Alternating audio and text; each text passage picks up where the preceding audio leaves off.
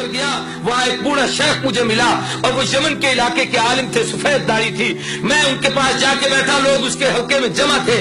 تو اس بابے سے جب گفتگو ہوئی تو اس نے مجھے کہا کہ اسی مسجد نبوی میں قاری فتح محمد صاحب پانی پتی رحمہ اللہ ایک بہت بڑے عارف اور بزرگ اللہ والے گزرے ہیں. فرمایا میں نے ان سے قرآن پڑھا تھا اور انہوں نے بتایا کہ جو اس وقت امام نماز پڑھاتا ہے یہ بھی ان کا شاگرد ہے اور وہ قاری فتح محمد پانی پتی دیوبند کا شاگرد ہے. میں اس موضوع کو لمبا نہیں چھیڑتا. تلاوت آیات کے ساتھ تعلیم کتاب کہ قرآن پاک کی معنی, مطالب اور مفہوم. میری مختصر معلومات کے مطابق اس وقت صرف مکتب دیوبند کے علماء نے جو قرآنی تفاسیر عربی, اردو اور مختلف زبانوں میں لکھی ہے ان کی تعداد 250 سے بھی زیادہ ہے. صرف تفسیریں, اور ان میں کئی تفسیریں ایسی ہیں جو کئی جلدوں پر مشتمل ہیں, 20-30 جلدوں کی. بلکہ علامہ افغانی کے 10 سال کے دروس ہمارے بہاولپور کے ایک عزیز نے, ایک بزرگ نے جمع کیے جو ان کا شاگرد تھا.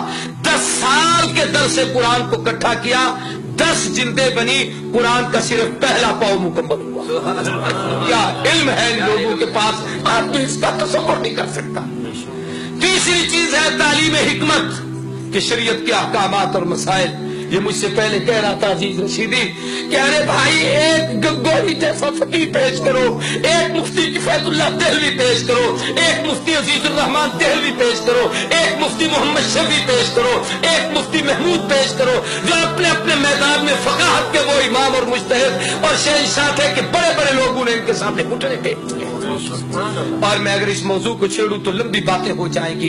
علم تفسیر کی خدمت کی ہے تو ان لوگوں نے, حدیث کی خدمت کی ہے تو ان لوگوں نے, فقہ کی خدمت کی ہے تو ان لوگوں نے, مدارس کا جال بچھایا ہے تو ان لوگوں نے. کسی نے حضرت شیخ الہند مولانا محمود الحسن رحمہ اللہ جو دیوبند کا سب سے پہلا شاگرد تھا, استاد بھی محمود ہے, شاگرد بھی محمود ہے. ایک چھوٹے سے انار کے درخت کے نیچے ایک استاد اور شاگرد بیٹھ کر علم کو سیکھ رہے ہیں. اور شاگرد محمود نے جب وہ محمود حسن بن گئے, علامہ زمان بنے, تو کسی نے کہا حضرت آپ کی کچھ تصنیف تو ہمارے سامنے نہیں آئی, آپ اتنے بڑے علامہ کہلاتے ہیں. فرمایا میاں میری تو ہر میدان میں تفسیر ہے, تو میری تشریف ہے, کس میدان کی تصنیف دیکھنا چاہتے ہو, کون سی کتاب پڑھنا چاہتے ہو؟ اس نے کہا کہ ہم نے تو کوئی نہیں دیکھی. فرمایا میرے قرآن کی تفسیر میں اگر کوئی تصریف دیکھنا چاہتے ہو شبیر احمد عثمانی کو دیکھ لو, علم حدیث میں میری کوئی تصریف دیکھنا چاہتے ہو میرے شاگرد انور شاہ کو دیکھ لو, اگر فقاہت میں میری کوئی تصریف دیکھنا چاہتے ہو میرے عزیز الرحمان اور کفایت اللہ کو دیکھ لو.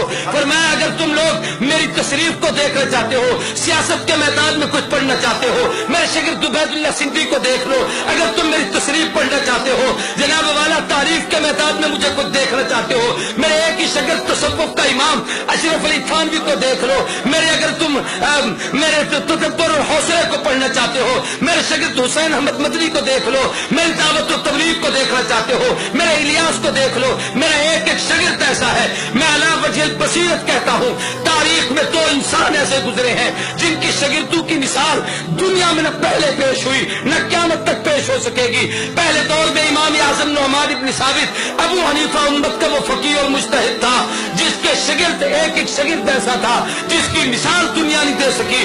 یا دوسرا شیخ الہند مولانا محمود حسن رحمہ اللہ ہے جن کا ایک ایک شاگرد ایسا ہے جو اپنے زمانے اور اپنے فن کا امام ہے جس کی مثال دنیا میں نہیں. میں اس موضوع کو لمبا نہیں کرتا, میں مختصر بات عرض کرتا ہوں. اور تاریخ میں کہا ایک حدیث ہے بڑی عجیب, مشکات میں علماء بیٹھے ہیں, حضور نے فرمایا قرب قیامت میں یکون فی آخر الزمان امت لہم مثل اجر اولہم. آخر دور میں ایک جماعت آئے گی, وہ پہلوں کے نقش قدم پر چلے گی, ان جیسے کام کرے گی, اللہ ان پچھلوں کو ان جیسا اجر دے گی. آگے بڑی لمبی تفصیل ہے, میں صرف اسی کا ایک خاکہ عرض کرنا چاہتا ہوں. تاریخ نے اپنے آپ کو دہرایا کہ اگر پہلے دور میں امام اعظم نعمان بن ثابت ابو حنیفہ گزرا جس کی فقاہت کی دنیا مثال نہ دے سکی, تو اس دور میں رشید احمد گنگوہی گزرا, علماء دیوبند کا وہ عظیم فرزند جس کی مثال دنیا نہیں پیش کر سکتی.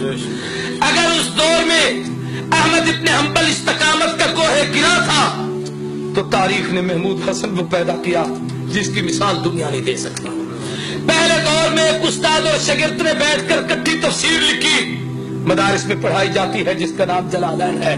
تو اللہ نے ہمارے اکابر میں ایک استاد اور ایک شاگرد، علامہ شبیر احمد عثمانی شاگرد، شیخ الہند مولانا محمود حسن استاد اور شاگرد نے بیٹھ کر وہ تفسیر لکھی جس کی مثال دنیا نے پیش کر سکتی۔ میں کہتا ہوں پہلے دور میں اگر اللہ سلام کروڑوں جزا عطا کرے بخاری کی قبر پر، اللہ رحمت نازل کرے، امام بخاری نے بخاری لکھی ہے تو اس کو سمجھانے کے لیے انور شاہ کشمیری نے جو اس کی شرح لکھی ہے، تاریخ میں آج تک اس جیسی کتاب نہیں آ سکی۔ پہلے دور میں امام مسلم صحیح مسلم لکھ کے گئے ہیں، علامہ شبیر احمد عثمانی نے فتح الملم 5 جلدوں میں لکھی ہے، آج تک اس کی مثال دنیا نہیں پیش کر سکی۔ اگر امام ابو داؤد نے ابو داؤد لکھی ہے، بل المجود ابو داؤد کی شرح مولانا خلیل احمد سہارنپوری رحمہ اللہ نے لکھی، جس کی مثال آج دنیا نہیں دے سکتی۔ اور امام مالک موطا امام مالک لکھ کر گئے، شیخ الحدیث محدث عصر مولانا محمد زکریا کاندلوی مہاجر مدنی نے جس وقت اس کی شرح لکھی، ایک عرب کے شاعر کو یہ کہنا پڑا قد حنف الموطا، اور زکریا نے کیا موطا امام مالک کی شرح لکھی ہے کہ اس کو پڑھنے کے بعد ایسے لگتا ہے کہ شاید امام مالک بھی ابو حنیفہ کا مقلد رہا۔ ہمارا ایک عالم بے مثال، ایک عالم باکمال، ایک عالم لازمال۔ میں یہ کہہ دوں تو بے جانی خدا کی قسم، اگر وہاں بخاری کی قبر سے خوشبو آئی ہے تو یہاں 6 مہینے تک لاہور کی قبر، امام الاولیاء مولانا احمد علی لاہوری کی قبر سے، اور اب تو ہزاروں ایسے ہیں جن کی قبروں سے جنت کی خوشبو دنیا میں مہکی ہے۔